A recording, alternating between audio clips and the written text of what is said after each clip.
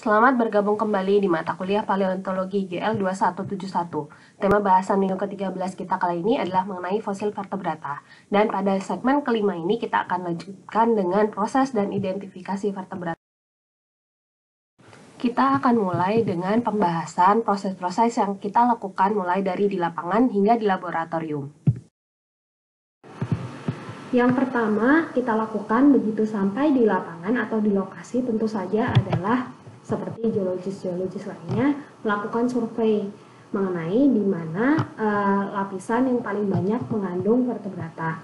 Nah, setelah melakukan survei atau setelah menemukan lokasi titik di mana fosil vertebrata banyak dilakukan, kita juga melakukan pengukuran penampang stratigrafi untuk menentukan posisi stratigrafi relatif di mana lapisan yang banyak mengandung vertebrata itu dengan lapisan-lapisan yang lainnya.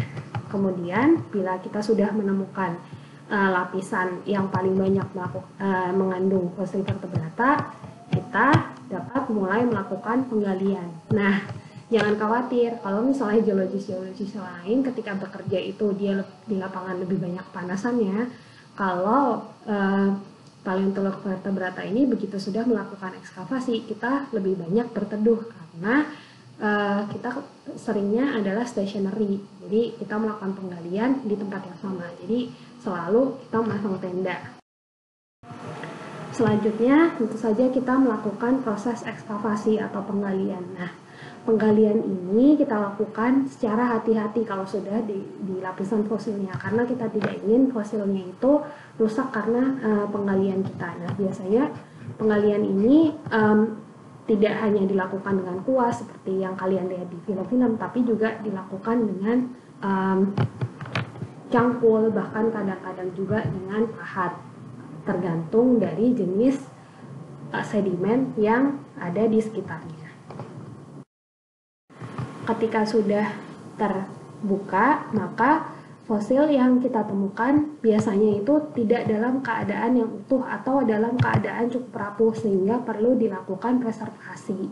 Nah, di sini kita menggunakan gips untuk mempreservasinya sehingga lebih mudah diangkat dan dibawa ke laboratorium.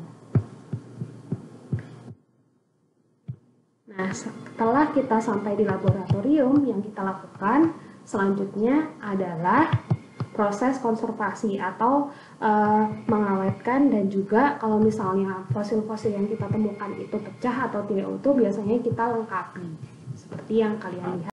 Bila kita sudah melakukan proses konservasi, kita akan mulai merekonstruksi bagaimana bentuk tubuh hewan yang kita temukan. Nah, kalau zaman dulu proses rekonstruksi ini kita lakukan secara manual, yaitu menyusun tulangnya satu persatu. Oleh sebab itu, banyak dari tulang-tulang itu kebanyakan tidak presisi ya, tapi sekarang kita mempunyai teknologi scanning 3 dimensi. Jadi fosil-fosil yang kita temukan itu kita scan 3D atau 3 dimensi sehingga kita dapat mendapatkan bentuk-bentuknya di dalam komputer, kemudian kita susun dalam program komputer. Jadi kita bisa merekonstruksi bagian-bagian tulangnya, kemudian melengkapinya di komputer saja sebelum mulai membuat rekonstruksi aslinya. Kemudian tahapan yang sangat penting setelah kita mendapatkan tulang itu adalah proses identifikasi atau proses identifikasi dari tulang-tulang vertebrata, terutama dari rangka-rangkanya. Nah, ini adalah contoh-contoh dari kunci identifikasi dari tulang yang kita dapatkan ketika tadi di lapangan. Rangka dari kelompok vertebrata secara umum kita bagi menjadi 2 bagian, yaitu kranium dan postkranium.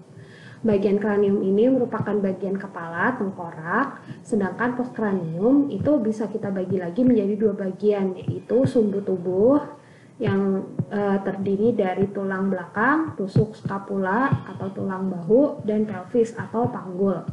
Kemudian alat gerak itu terdiri dari tangan dan juga kaki. Tulang-tulangnya bisa kalian lihat sebagai berikut. Nah, mengapa kita bagi menjadi 3 bagian ini? Karena ternyata bentuk-bentuknya sangat khas dari 3 bagian. Kalau kita lihat, walaupun bentuknya berbeda-beda, hampir semua vertebrata itu memiliki komponen yang sama. Jadi ada kraniumnya, ada bagian subu tubuhnya, dan bagian alat geraknya, walaupun bentuknya berbeda-beda ya di sini. Oleh sebab itu, kita bisa mengidentifikasi hewan-hewan yang berbeda berdasarkan bagian-bagian yang kita temukan. Nah, kalau kita lihat di sini, kebanyakan kranial itu atau kranium tulang kepala itu biasanya berpelat-pelat dan dia bentuknya pipih. Tapi di di sisinya biasanya ada gerigi-geriginya yang merupakan tempat bersatunya tulang. Kemudian kalau tulang alat gerak itu bisa kalian lihat di sini bahwa bentuknya dia biasanya silindris dan memanjang. Sedangkan tulang-tulang bagian sumbu tubuh itu biasanya yang paling bervariasi, mulai dari dia panjang dan pipih atau yang bulat tapi biasanya dia ada spine-nya seperti tulang belakang di sini. Nah, ini adalah contoh dari beberapa tulang alat gerak yang berbeda dari spesies-spesies yang berbeda.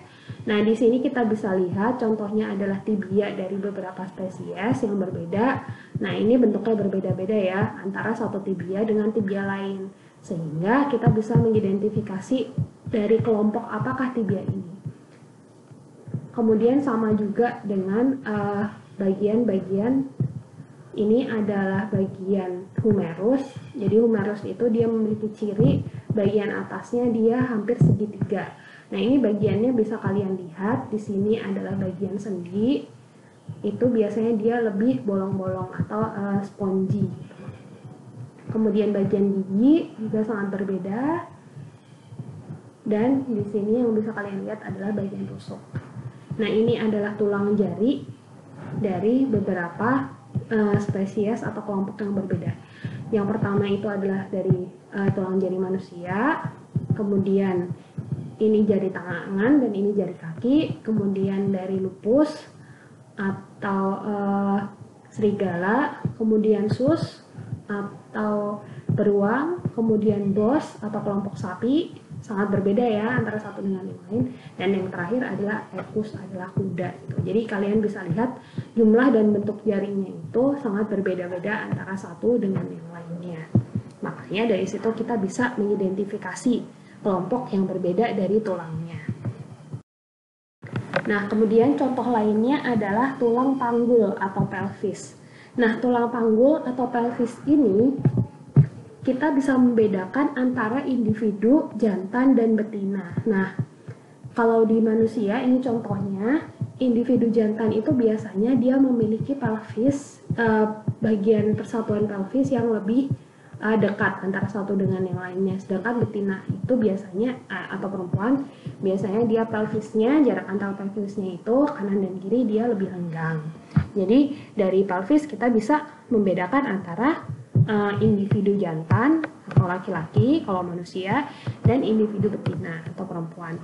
Juga dari sudut persatuan antara femur dan pelvisnya ini. Kalau betina biasanya dia sudutnya lebih lebar daripada yang jantan. Nah, itu karena kalau betina biasanya kan dia melahirkan anak ya, jadi dia biasanya lebih lebar.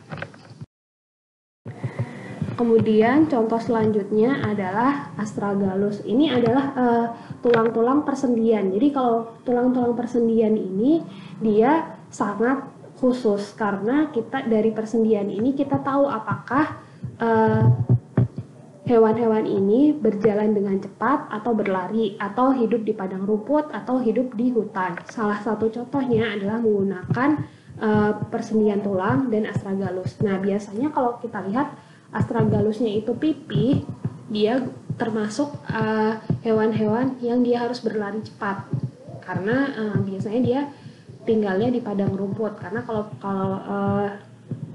kalau misalnya dia di padang rumput, dia akan menghadapi banyak pemangsa sehingga dia harus berlari dengan lebih cepat. Sedangkan kalau misalnya untuk hewan-hewan lainnya yang dia tidak perlu berlari cepat, biasanya dia astragalusnya agak lebih tebal. Oleh sebab itu dari astragalus pun kita bisa selain membedakan spesies atau kelompoknya, kita juga bisa membedakan lingkungan hidupnya pada saat dia masih hidup.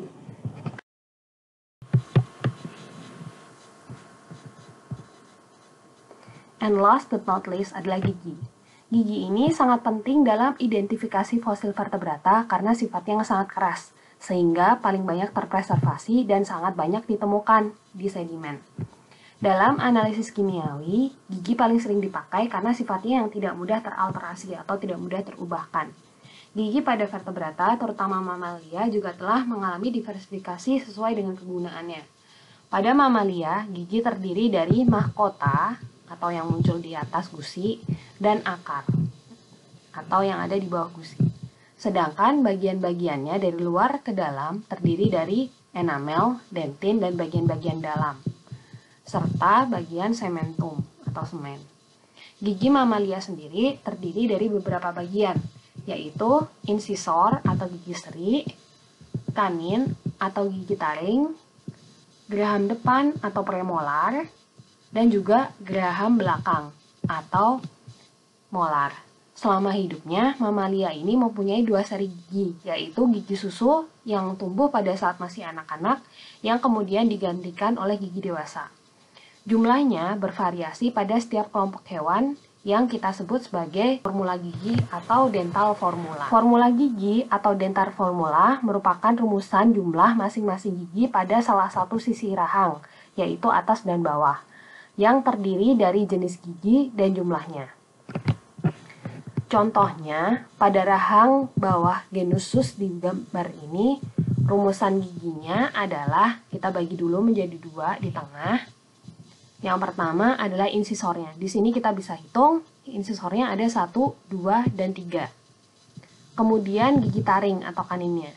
Di sini kita bisa lihat bahwa gigi kaninnya terdiri dari 1 gigi kanin. Kemudian gigi premolarnya. Kita bisa hitung bahwa gigi premolar di sini ada 1, 2, 3, 4. Dan yang terakhir adalah gigi molar terdiri dari 1, 2, 3. Maka dalam formula gigi kita tuliskan sebagai berikut. 3, 1, 4, 3. Berarti 3 insisor, 1 kanin, 4 premolar, dan 3 molar.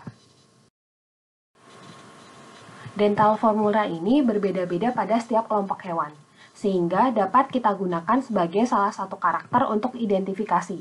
Misalnya pada kuda, rumus giginya di sini adalah pada rahang atas, giginya terdiri dari 3 insisor, 1 kanin, 4-3 premolar, tergantung pada spesiesnya, dan 3 molar. Sedangkan gigi bawahnya juga sama. 3 insisor, 1 kanin, 4-3 premolar, dan 3 molar. Sedangkan pada manusia, rumus giginya adalah 2, 1, 2, 3. Sama antara gigi, rahang atas dan rahang bawah. Yang berarti 2 insisor, 1 kanin, 2 premolar, dan 3 molar. Namun ada juga yang antara rahang atas dan bawahnya itu berbeda. Misalnya pada bovidae dan cervidae. Pada bovidae ini misalnya, rahang atasnya tidak mempunyai insisor dan kanin, sedangkan premolar dan molarnya adalah masing-masing 3. Sedangkan rahang bawahnya, insisornya ada 3, kanin 1, 3 premolar, dan 3 molar.